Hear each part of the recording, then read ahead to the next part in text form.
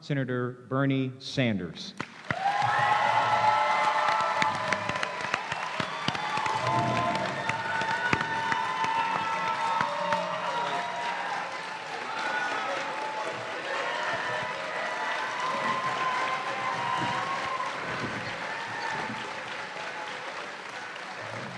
This is a Bernie crowd. What's up? This is a Bernie crowd. This is a Bernie crowd, indeed. Senator Sanders, thank you so much for joining us. I'm going to kick us off and ask the question here. You've entered the field. This is one of the largest and most diverse field of candidates to ever run for president, on the Democratic side at least. So what sets you apart from the rest of the field? Or asked another way, why do you believe you are best suited to defeat Donald Trump?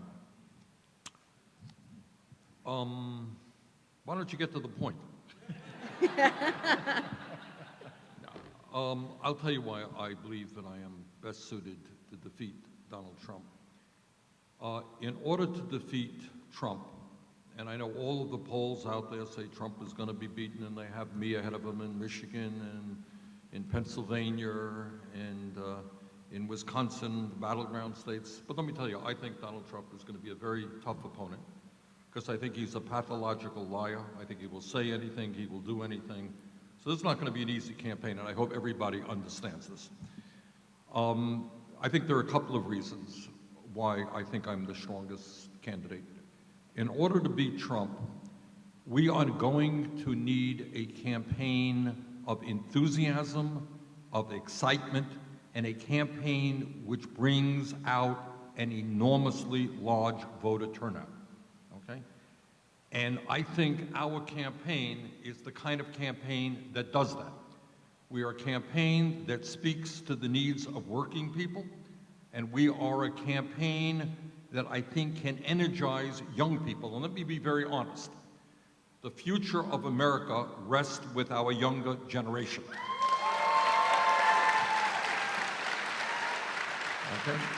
And the good news is that the younger generation today is the most progressive young generation in the history of our country. It is a generation that is anti-racist, anti-sexist, anti-homophobia, anti-religious bigotry, anti-xenophobia, all the things that Trump espouses. That's the good news. The bad news is that historically, young people in this country vote in very, very low numbers. If young people voted at the same type of level as older people voted, we could transform this country. So we made progress. We made progress in 2018. You may recall that the voter turnout among young people was the highest it has been, I believe, in something like 70 years. Really quite good, but not good enough. So what this campaign is about right now in the primary, and if I am the nominee of the Democratic Party, it will be to do everything I can to bring young people into the political process. And that is terribly important if we are going to defeat Trump. And second of all, there were many parts of this country where I won big in the Democratic primary, and then Trump ended up winning as well. And I think we can speak to some of Trump's supporters who now understand that he lied to them and that he is a fraud. There are a lot of people out there who listen to Trump because they are hurting. You remember Trump said, I'm going to provide health care to everybody, right? Well, that's pretty good. And I'm going to have a trade policy which is going to represent workers and farmers. Well, not quite the way it happened. And he's going to have a tax plan that is not going to help the wealthy. Remember that? Well, he lied on all of those things. But I don't lie. And I will speak to those working people, and I think we can win some of them over. That's the reason why I think I'm the strongest candidate.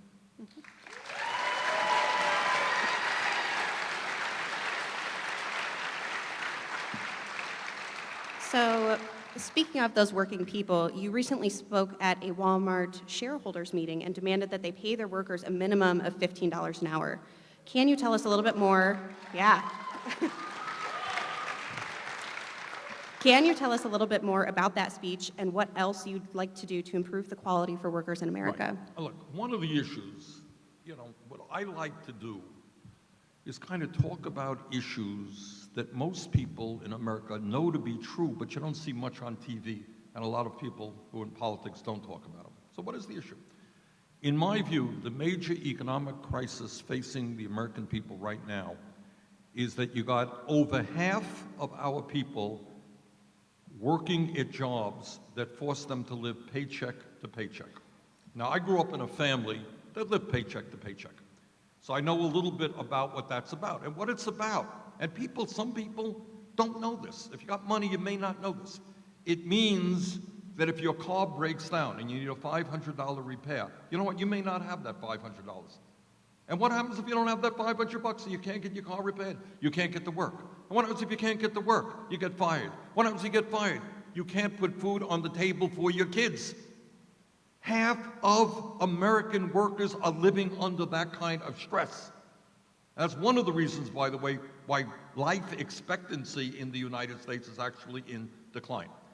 So, to my mind, raising the minimum wage to a living wage is certainly not a radical idea. Our view should be that in the wealthiest country in the history of the world, if you work 40 hours a week, you should not be living in poverty. That's not a radical idea. And furthermore, we have, and I went to I was asked by workers to go there. It wasn't that I just popped in there, And some workers had stock, and they said, we'd like you to raise the issue. And the other issues that we raised there was the fact, and this is really quite amazing, and it is kind of endemic in terms of what's going on in American society. We don't talk about it a whole lot. You guys know who owns Walmart. It's the Walton family. Now, we don't talk about these issues too much. There's somehow a reluctance to talk about it. But the Walton family happens to be the wealthiest family in America. They're worth a cool $175 billion. That's real money, And you would think that a family worth $175 billion would be able to pay its workers a living wage. But instead, and this is what is so crazy, many of the Walmart workers who are making 11 to 12 bucks an hour are forced to go on food stamps or go on Medicaid or to go on into public housing. Who do you think pays for that? You do. Taxpayers do. So you have the absurdity of ordinary working people subsidizing the wealthiest family in this country because they're paying their workers starvation wages. So that was my message to the board of directors of Walmart. And by the way, I'm not sure if it's tomorrow or on Sunday, but I'll be marching with the workers at McDonald's who are fighting.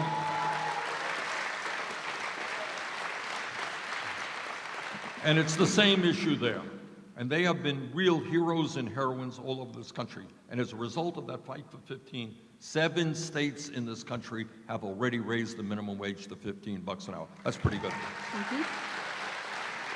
Senator Sanders, you talked about how this younger generation is the most diverse, it's the most progressive generation that it's ever existed. But a lot of folks, when they look at the Democratic field, they think it's time for a different generation of political leadership, potentially a younger generation of political leadership. I thought they wanted an older generation. No, older leadership. No. Well, you said it, not me. How do you respond to sort of people that say it's time for some younger leaders to step up? I will tell you, and that's a very fair question, and it's a good question. I think, now maybe it's a little bit self-serving. I admit that. All right. But I think it's not just the age of a person or the color of a person's skin or the gender of a person. It's what a person believes in. All right?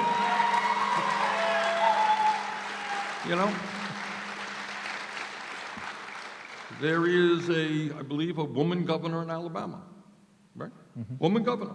She just signed the most restrictive, horrific anti-choice legislation in the history of this country. Are we proud that she's a woman? I don't think so.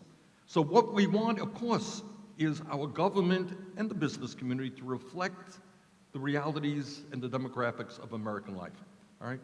We want half of the people or more who are elected to office to be women. We want African American representation, Latino representation, Native American, Asian American. That's what we want. That's what we're striving for. But it is not good enough. It is not good enough. Now, I know I get into trouble when I say this, and probably there are people tweeting out right now, but it is not good enough. What is important is what you believe in, what kind of society you're fighting for. And I think, if you look at my age, fine. Also look at my experience. I was a mayor. I was a member of Congress. I was a 13th year in the United States Senate. Look at a record, which is one of the most progressive records in Congress, a record. And look at somebody who kind of opened up a debate that didn't previously exist. We weren't talking about Medicare for all 5 years ago. We weren't talking about raising that minimum wage to $15 an hour, making public colleges and universities tuition free.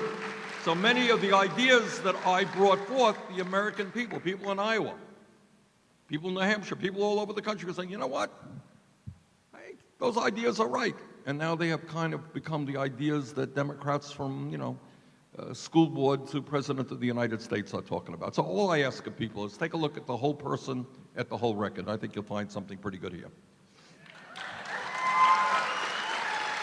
This is a lively crowd.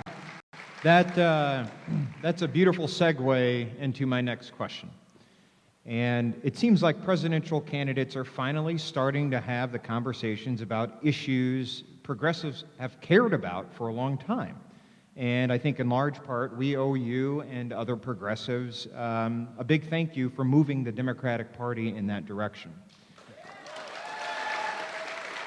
So I got 3 issues, and I'll let you go point by point on the issues, but talk to us now. We're just now finally starting to have a conversation in the Democratic Party about the legalization of marijuana and the thousands of individuals behind bars who, have been arrested and prosecuted for petty marijuana crimes. When you go to some states here and you walk into these stores that are selling marijuana products, and it looks like an Apple store, right, when you go in there. And a lot of people are making big money off of this stuff that we've been locking up black and brown people for generations in this country. Next issue, Ta-Nehisi Coates may have penned the most compelling case I've read in the modern era for reparations.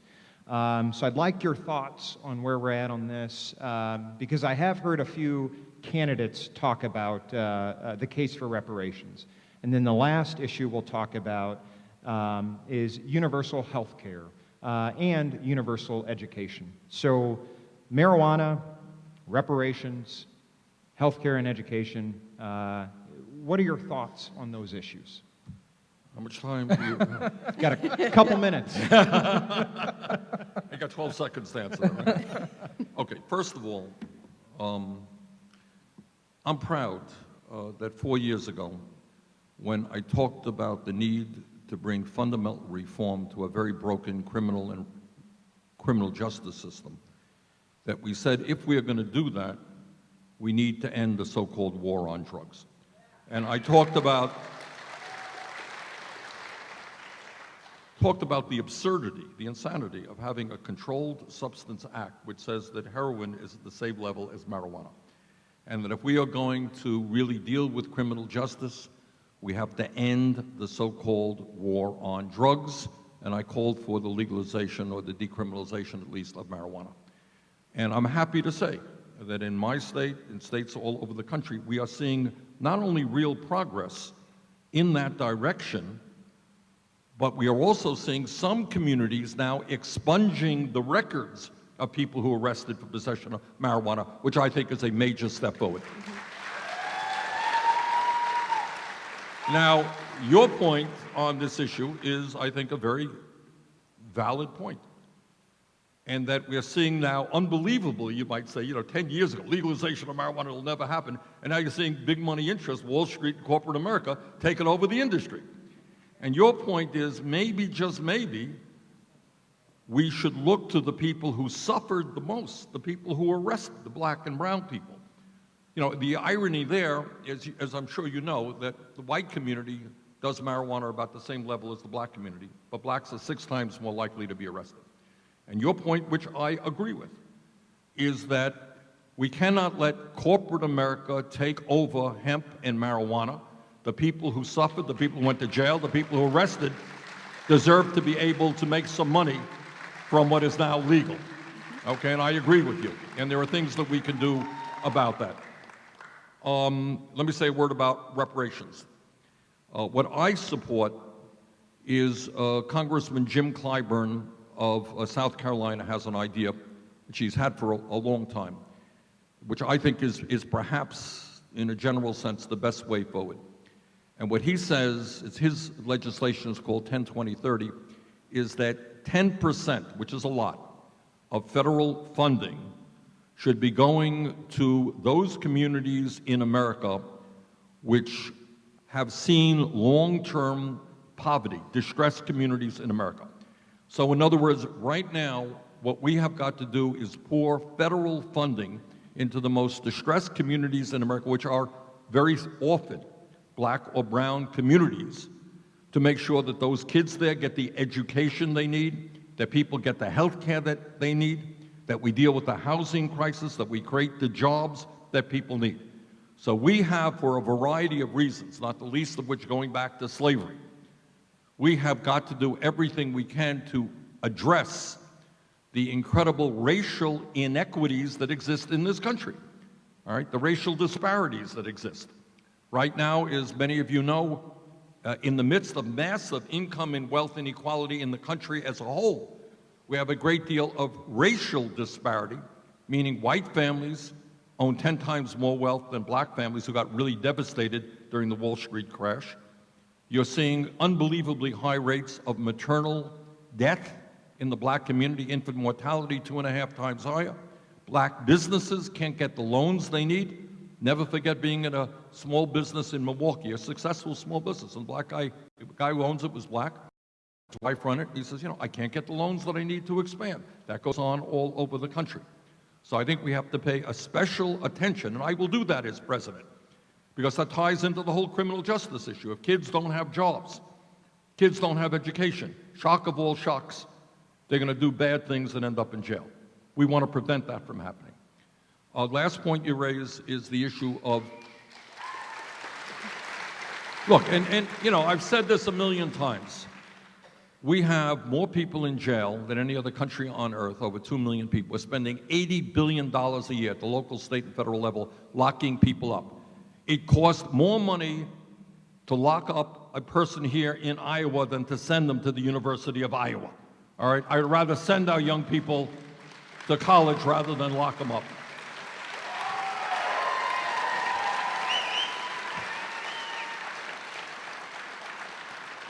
So on that issue, I am working with people all over this country, people like Sean King and others, for real criminal justice reform where we invest in our young people rather than in more jails and incarceration. And as president, I will significantly reduce the number of people who are in jail today. We're going to end mass incarceration. Last issue, which is an issue that impacts every man, woman, and child in this country. And it is an issue about health care, and it raises a couple of basic points. Do we believe that health care is a human right, or do we not? I believe that health care is a human right, and that the United States should join every other major country on earth and guarantee health care to all people as a right. Many Americans don't know that. Many Americans don't know that we are the only major country not to guarantee health care to all people. Okay, I live 50 miles away from Canada. Do you know how much it costs if you have a heart transplant in Canada? Do you know what your bill is when you leave the hospital? Anyone know? I don't know. Zero. Zero. You go to any doctor you want to. You don't have to take out your wallet, except if you park in a parking lot there, which I guess is expensive. But, all right, that is a human healthcare system. That's a civilized healthcare system, all right? So I am proud that I have introduced the major Medicare for All legislation in the Senate. I think we have 15, 16 co-sponsors. Poll after poll shows a majority of Americans support Medicare for All. And when we talk about the current dysfunctional healthcare system, I want everybody to know. People say, how can you afford healthcare for all? How can you afford Medicare for all? How many Americans know that we are spending twice as much per person on health care as do the people of any other country? Twice as much, about $11,000 a person right now. Canada, it's about half of that. Why is that? And the answer is obvious. What is the function of the current healthcare system? There you go. It is to make enormous profits for the insurance industry and for the pharmaceutical industry. And in terms of the drug companies, who are probably the most greedy entities in this country right now, they are charging us by far the highest prices in the world for prescription drugs. Last year, get this, top 10 drug companies made $69 billion in profit. So if you are a senior citizen in Iowa, or a senior citizen in Vermont, or any place else in this country, and you're cutting your pills in half because you can't afford the medicine, or you're 1 out of 5 Americans who can't fill the prescriptions their doctors write, understand that as president, we are going to take on the drug companies. We're going to cut prescription drug costs in half. All right. Now, you just got me going on that issue, but you probably have 1 or 2 other questions. Got a few. Lauren, you got one Lauren? for the Well, I do have one that's kind of related, not to be a bummer, but I think there are some Democrats and Republicans alike that are concerned about how you might get budget passed for a lot of these basic ideas and investing in the American people. How do you get that budget passed with a Republican-controlled Senate? Good. Okay, that's a great question. Look, I am a different type of candidate. My history in politics is different than many other people. In fact, everybody else, to be honest, all right? And this is what I believe, and it's kind of a radical idea, but this is what I believe. I believe, and I've always believed, that real change never comes from the top on down. It doesn't come from the Senate or the House or a president of the United States. Real change always comes from the bottom on up. It comes when millions of people stand up and look around them and say that the status quo is unacceptable. We are going to change it. That is the history of the labor movement. It is the history of the civil rights movement. It is the history of the women's movement. It is the history of the gay movement.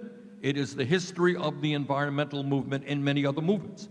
It's when millions of people finally say, you know what, this is unacceptable. Women will have the right to vote. African Americans will have the right to vote and not exist in a segregated society.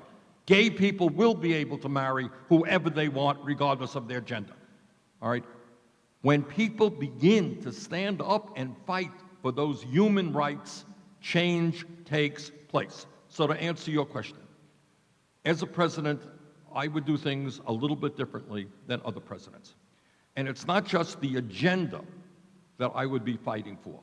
It is that I would be going to the American people, coming back here to Iowa, and saying to the people of Iowa, we have got to raise the minimum wage to a living wage. You want to do it, and I hope this is not the case. I hope we can change who's in the Senate.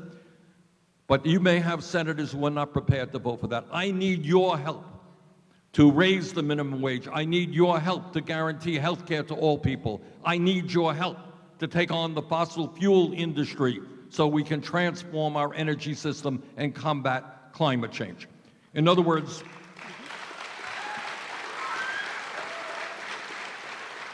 I know I have talked to Republicans, I have passed major legislation working with Republicans, but we have to change the dynamics of American politics today. And that means we need an unprecedented grassroots movement that demands that government represents all of us and not just the 1%. And the way you bring about change as president is to go to the people and demand that they stand up and fight for the ideas that they actually believe in. So, Senator Sanders, you mentioned in 2016 you won states like Michigan and Pennsylvania in the primary. And not Pennsylvania, Michigan. Sorry, Michigan. And then Hillary Clinton lost that state in the general election. Yes. a lot of folks look at that and see that what contributed to that loss was things like sexism, things like Trump's appeal to xenophobia, racism, scapegoating Yes. the other folks in our society. And I wonder, do you think there's an argument to be made to that type of voter, the voter that were the racists, stirring the animosity of racism or stoking fear of immigration, that appeals to them? Is there an argument to be made to that type of voter, and if so, what is it? Well, this is what, and you know, it's an excellent question. No question that some of the people who voted for Trump are sexist, absolutely, are racists, are xenophobes, are homophobes. No question about it. But I believe there are a lot of people who are not. And in fact, a lot of people who voted for Obama ended up voting for Trump. And let me say something, it's controversial, more tweets will go out.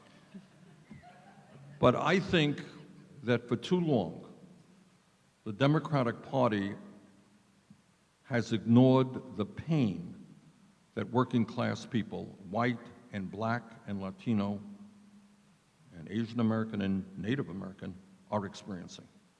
And Trump, so as I said earlier, you know, Trump comes along. All right, let's just say you're unhappy with the status quo. Let's say you're a working guy, your job went to China. Let's say you're a working person, you're making $9 an hour. Let's say you can't afford to send your kid to college. You can't afford health care, you can't afford prescription drugs. And Donald Trump comes along and says, I hear your pain. And I'm tired of the elite out there, the political elite, they haven't done nothing for you. I'm gonna help you. I'm gonna do health care for all. I'm gonna, you know, create all kinds of jobs. I'm gonna do all this and all that. And some people voted for Trump on that basis. So I do not accept that all of Trump's supporters are racist or sexist or homophobes. Some of them definitely are. But I do believe that you have a lot of people who are in pain. All right? They're working. I've been to Iowa many times, and I have talked to people here who make $9 an hour trying to raise a family. You can't do that. Okay? And Iowa went for Trump, by the way. Talk to people who can't afford their medicine. Talk to old people who can't afford their health care with all the deductibles and copayments they have. So Trump appealed to some of those people. And I think we can get, I'm not saying you're going to all of them, but I think you can get some of them, and I think we have to. Just to follow up very quickly, it feels like we've taken a giant step back on issues of race. What will the Bernie Sanders administration do to make progress on race in America? I didn't quite hear the... I'm sorry. It feels like we've taken a giant step back on issues of race. Look, what are you going to do to move the issue forward? Absolutely. I mean, let's be clear. You know, I've said this a million times, and it's really hard for me, you know, to believe that I have to say this. You got a president of the United States who's a racist. All right, that's all. No way that you can push that under the rug. This man is a racist. He was the leader, as you know, of one of the leaders of the so-called birther movement, a disgusting movement trying to delegitimize. It wasn't that he opposed Obama, that's one thing. He was trying to delegitimize the first African-American president we ever had. And that is just a grotesque thing to do. So you got a president who is a racist. And let's be clear, Trump is not smart enough. He's not stupid, but he's not smart enough to have come up with this whole political theory himself. It's been around for years. What's the theory? Southern strategy. It's a Southern strategy. It's a theory that you blame minorities who don't have a lot of political power on all of the problems. You're not earning enough money, it's his fault. All right, you don't have any health care, it's the immigrant's fault. You're not getting it, you know, moving up the ladder, it's her fault, she's a woman. You know, et cetera, et cetera. I mean, nothing new. That's what demagogues always do. To answer your question, absolutely. What Trump's political strategy is to divide us up based on the color of our skin, based on where we were born, if we're an immigrant, based on our religion, if we are a Muslim, based on our sexual orientation, and even based on our gender. That is what he thinks will win him re-election. And I got to tell you, our campaign is doing exactly the opposite. We are bringing people together around a progressive agenda.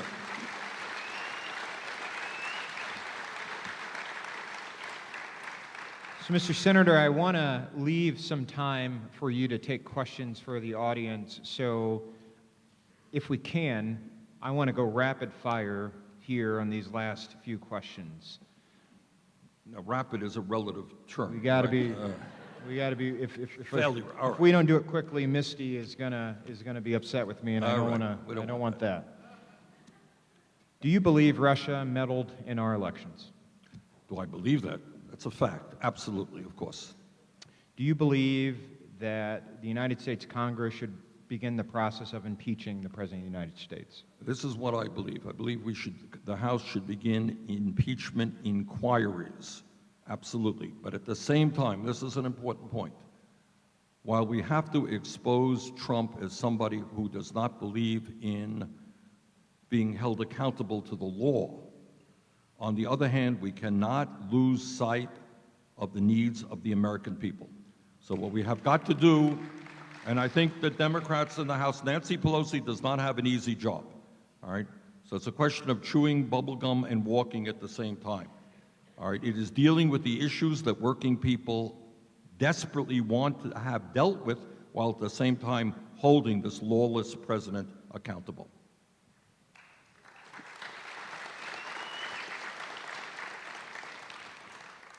Larry David does a good impersonation of you. How would you grade his performance?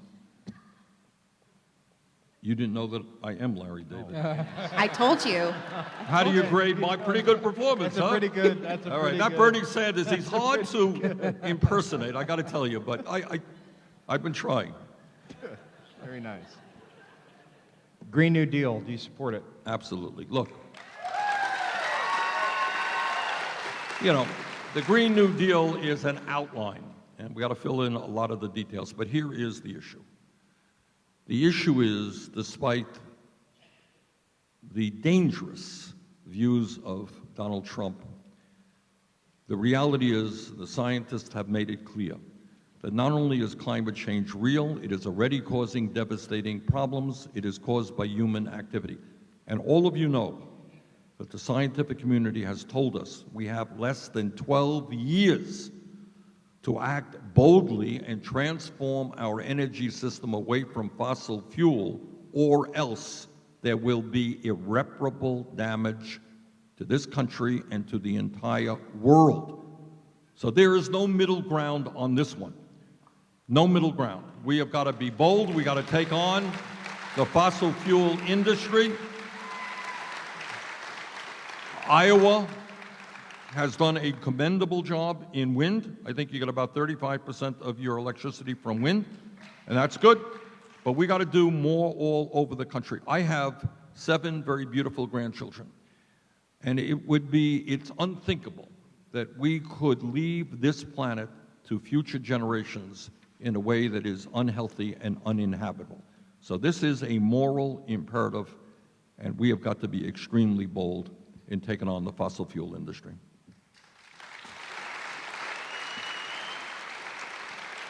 So there's been a surge of states passing laws that really severely restrict women's reproductive rights. Particularly our next door neighbor, Missouri, just passed a particularly egregious one. What will you do to protect reproductive autonomy for women? All right, I will do everything that I humanly can. This to me is a fundamental right. It is incomprehensible that you have politicians who think they have the right to tell a woman what she can do with her own body. That is an outrage. And I will do everything that I can, from federal legislation to making it very clear. I was asked recently whether I have a litmus test for Supreme Court nominees. I do. I will never nominate anyone who is not 100% in favor of Roe v. Wade. And as we engage in this struggle in Alabama, Georgia, Missouri, and other states, I want the men to understand this is not just a woman's issue. This is an issue that impacts all of us, and now is the time for men to stand with women in this important struggle.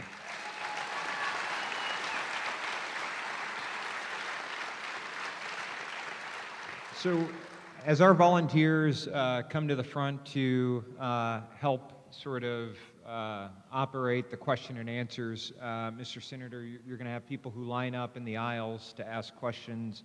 One of the questions I like to ask all the folks who come on this show, if you could have a direct line into all of the young people in this country, and you could give them a piece of advice, what advice would you give to them? Or what would you say to them?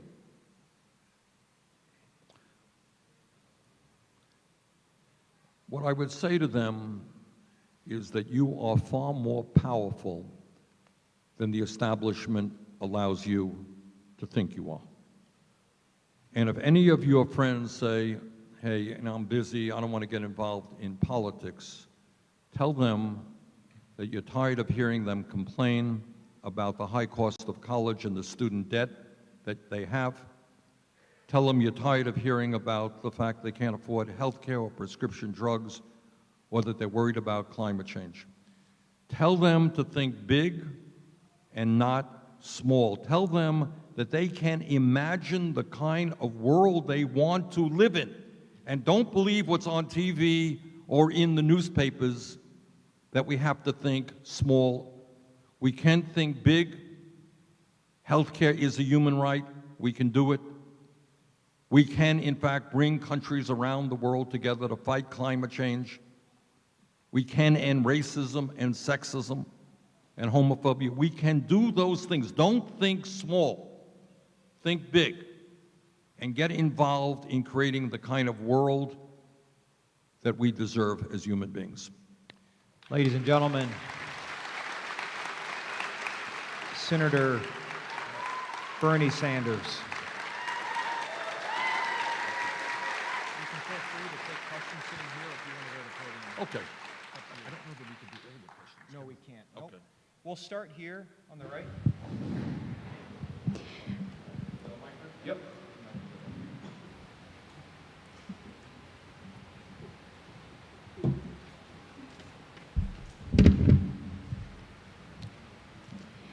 Hi, I'm Meredith, and I'm an ACLU Rights for All voter. Thank you for already talking about women's reproductive rights. I have a follow-up question. The Hyde Amendment blocks access to abortion for low-income women and trans folks who can't pay out of pocket.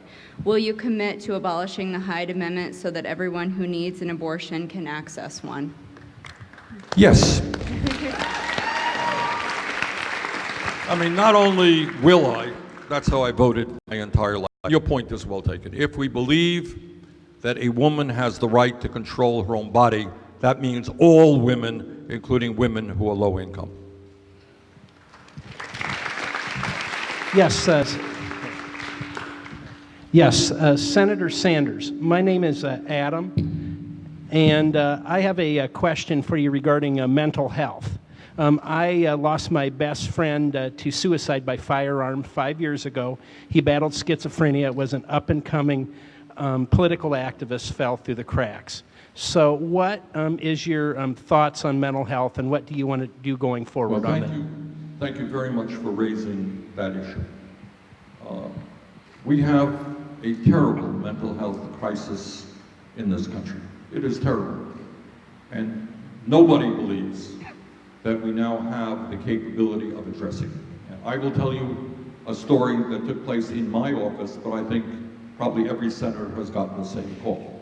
And that is, a woman calls up and says to my staff, she says, I am terribly worried about what my brother will do to himself or to somebody else, but we cannot find the counseling that we need.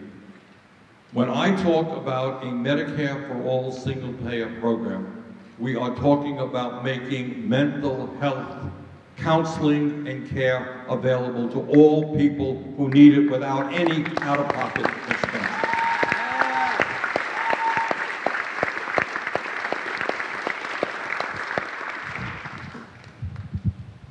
Hello, I'm Greg Chung. I'm a first-generation American citizen. With Trump's trade war and Warren's newly proposed economic patriotism becoming mainstream, Do you support a comprehensive trade policy that doesn't pit American and foreign workers to a race to the bottom, where most of the profits go to corporations, but instead protects and empowers labor as a whole, regardless if they're American or Mexican or Chinese? I certainly do. Look, I helped lead the effort against NAFTA. I helped lead the effort against permanent normal trade relations with China. But your point is well taken. We need a trade policy not based on tomorrow's tweets, but it has to be comprehensive and has to be working closely with other countries. And it should not be a race to the bottom, all right? We should not allow corporations in this country to throw American workers out on the street and move to low-wage countries. At the same time, we've got to do everything we can to protect the low-income workers of developing countries as well. And when we talk about trade, we got to talk about environmental protection, we got to talk about labor protection. So to answer your question, I agree with your analysis. We need comprehensive trade legislation that protects not just the CEOs of these large corporations who historically have written the trade bills, but protect workers in all countries around the world. Thank you for that question.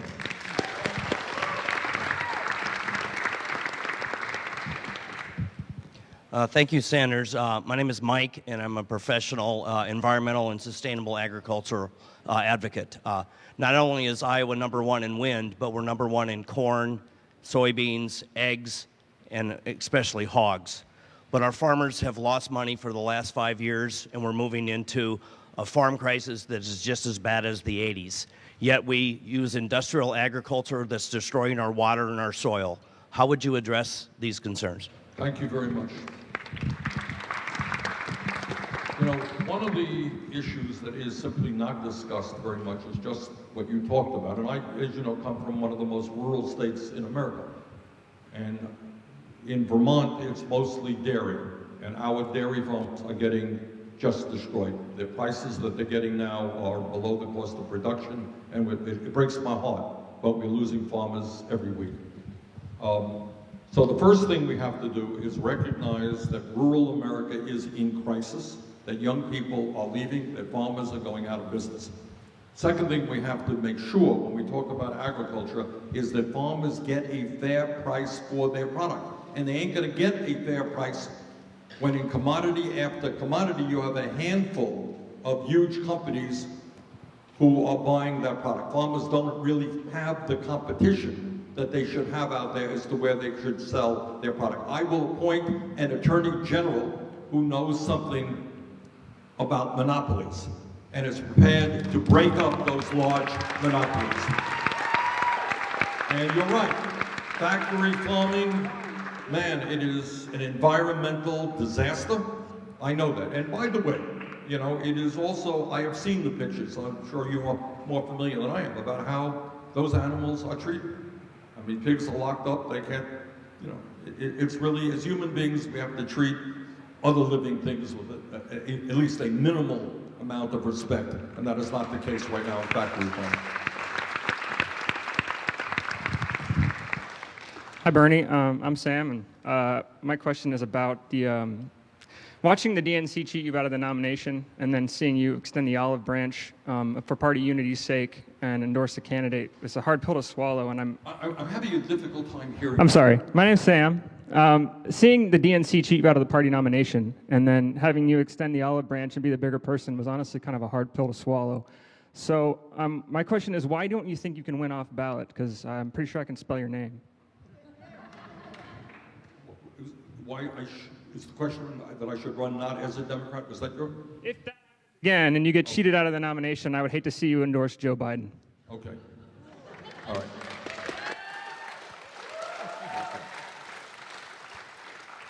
All right. Number one, I don't intend to get cheated. And number two, I intend to win this thing. Okay? And one of the things that happened last time, where we're making some progress, okay, is last time, before the first caucus took place right here in Iowa, my opponent already had some 500 superdelegates lined up. All right? Now, that doesn't sound too much like democracy to me. That's before the first caucus took place, before the first vote was cast in New Hampshire. I was down by 500 delegates, super delegates.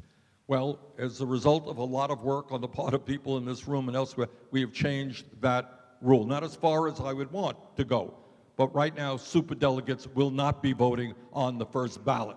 That's significant.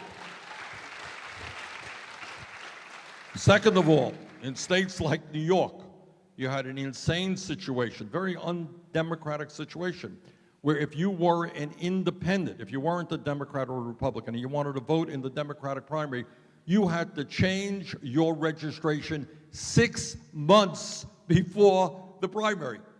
6 months. That's been changed as well in New York State.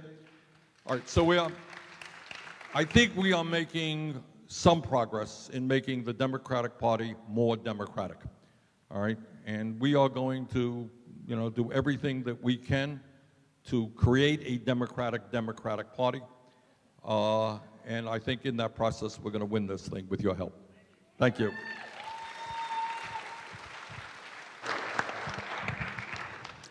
Senator Sanders, thanks for being here.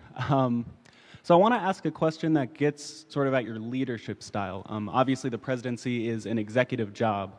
Can you tell me about a situation where you got angry at or disagreed with a subordinate of yours and how you handled it? And also, which Avenger is your favorite? Which one? Avenger is your favorite? No comments on Avenger. Look, I was a mayor for 8 years. So that's my executive experience. And I ran a city, I can't remember, I think the budget was a few $100 million. And we had a lot of employees. And my style of leadership is the following, is that I believe that anybody who has a good idea should get that idea up the totem pole, okay, and throw it out. And I tell very often, I tell my staff, look, if you got 10 ideas and 9 of them are not good ideas, that's great, but bring them up, all right? So I believe, and that's one of the reasons, by the way, we started this discussion about Walmart. One of the other things that we wanted in Walmart is to put workers on the board of directors, because I think workers can have good ideas about how companies can run better. So I am not into top-down leadership. I want to hear what people have to say, and this is a promise that I make, that my administration will look like America in all of its diversity, in its age, and so forth.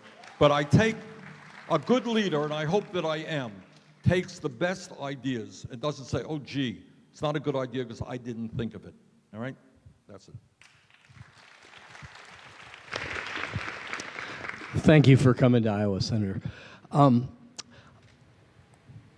In the Middle East, Israel and Palestine is an issue that's been there since '49 or before. And I'd like to know what you intend to do, if you're president, for equanimity in one standard of justice for all in this conflict, and what you would do to ensure Palestinian human rights are recognized and their absolute right to have the same rights as anybody else anywhere in the world, and which is not the case right now. And thank you. Thank you. It's interesting that you asked that question, because I think I was one of the first national, leaders to say, you know what, I think the United States should have an even-handed approach toward the Middle East. You cannot just be 100% pro-Israel. Now, I believe, absolutely, as somebody who lived in Israel for a while when I was a kid and worked on a kibbutz, I believe 100% that Israel must have the right to exist in peace and security. No debate about that. But we cannot ignore the suffering of the Palestinian people. If you think there's going to be peace in the Middle East when unemployment in Gaza is like 60 or 70%, when people can't leave that community, you got another guess coming. So the United States is the wealthiest and most powerful nation on earth. We should use our resources and our strength to bring these people together. And by the way, I should also tell you that the leadership in Israel is not the leadership that I would like to see, nor is it in the Palestinian community, all right? So we have got to do the best that we can to end. You're right, this has gone on for decade after decade after decade. And we've got to figure out a way, and it's not easy, and I don't have any magical answers. But at the very least, the people of the world have got to know that the United States is even-handed, that we're going to treat the Palestinians with respect and dignity and bring them to the table with the Israeli leadership. Senator, Well, you spoke to it. That happened. so we'll take this question here, and then we'll end back here with Katie on the last question. Senator Sanders, sorry. Patrick Kaufman, Cedar Rapids, born and raised.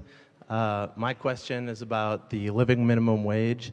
How do you expect to approach a $15 minimum living wage, which is more than double the federal minimum right now, without people losing their jobs? I mean, Walmart has self-checkout. McDonald's, as you mentioned, already has kiosks. How do you approach that without the lowest communities losing their jobs? I think there have been a number of studies. I mean, you know, people disagree on the issue, but there have been a number of studies which suggest that that does not take place. That the other side of the coin is that if somebody is now making $10 an hour, and over a period of years, you know, it doesn't happen overnight, it's going to be a gradual increase, that person makes $15 an hour, that person now has more spending money to go out to a restaurant or to buy products that he or she could not. And that, in fact, creates more jobs. So here's what I think. This is the bottom line. The bottom line is that in the richest country in the history of the world, people should not have to spend 50% of their income on housing. People should be able to afford to buy the food. People should be able to go on a vacation now and then. And $15 an hour, as you know, is just not a lot of money. I mean, but you got to have that. So, you know, we're not saying that if it's $15 an hour tomorrow. We're saying it's a period over 4 or 5 years.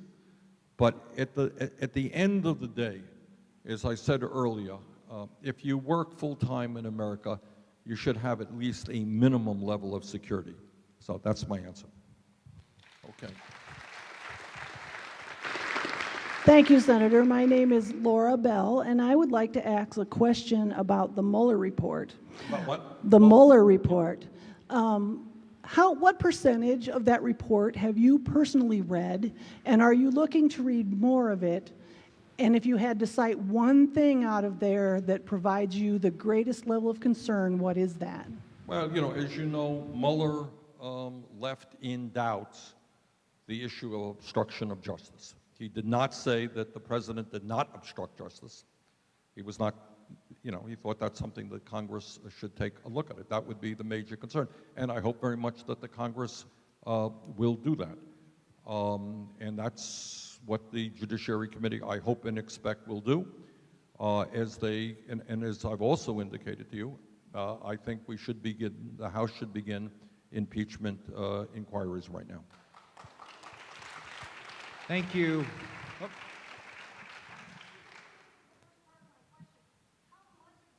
Well, I didn't read all of it, but I read the essential parts of it, summaries of it. Ladies and gentlemen, thank you so much for joining us. Senator Sanders, thank you so much for making time. I know how crazy busy you are. We really appreciate you coming on this show. Well, let me just say this.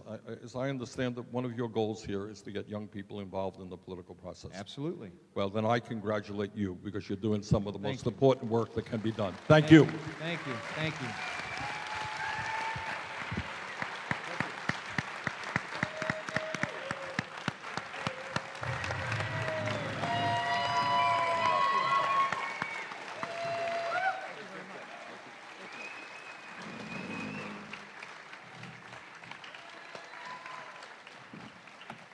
Folks, as you file out, please keep in mind that this is an all-volunteer effort. So if you've got